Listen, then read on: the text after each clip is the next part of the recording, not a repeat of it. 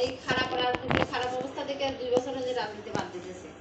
VP নূর যে vote পায়, VP হয়তো তার থেকে অনেক বেশি ভোটও পাইছে। কে রাজনীতি করছে? ওর বাপ সরকারি বড় অফিসার, উচ্চপদস্থ অফিসার। ওর বাপের বিরোধিতা করে আন্দোলন নাম হয়েছে, জানো?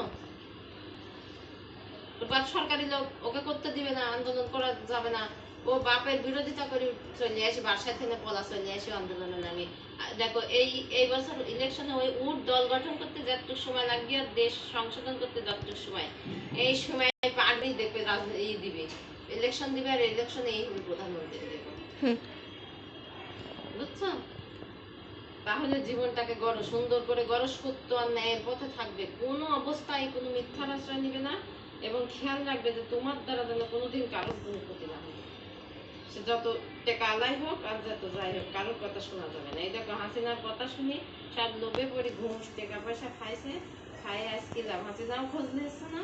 ওই যে কষ্টে ম্যাডাম যদি একবার যাওয়ার আগে একটা মেসেজ দিত যে পলান, তাহলে আমি পলাচ্ছি, আপনারাও পলান, তাহলে তার আমরা ম্যাডাম কারো টেরও পাতে দিই, ম্যাডাম নিজে জান দিতে যে খারাপ। এই হচ্ছে স্বার্থের রাজনীতি। আর ছাত্ররা কি করলো? জান দিলি, মান দিলি, প্রাণ দিলি, তাও কেউ কারো ছাড়ি গেল না। দেখো সারা দেশের ছাত্র সমাজে এক হলো। দেখো এই শহীদেরই বিচার আসলে পারে দেখবে কম করে 50,000 80,000 লোক মারছে, তার বেশি হবে, তাও কম হবে না। এত ছাত্র গুলি বর্ষণ করে সব জায়গায় মারছে। এমনকি দেখো গণভবনের পিছনে সেখানে পর্যন্ত ছাত্রদের বই খাতা আর গণকবর পাওয়া গেছে, সেখানে শুধু কুইটিট হয়েছে, গুলি করেছে আর নিজের কুইটিট হয়েছে।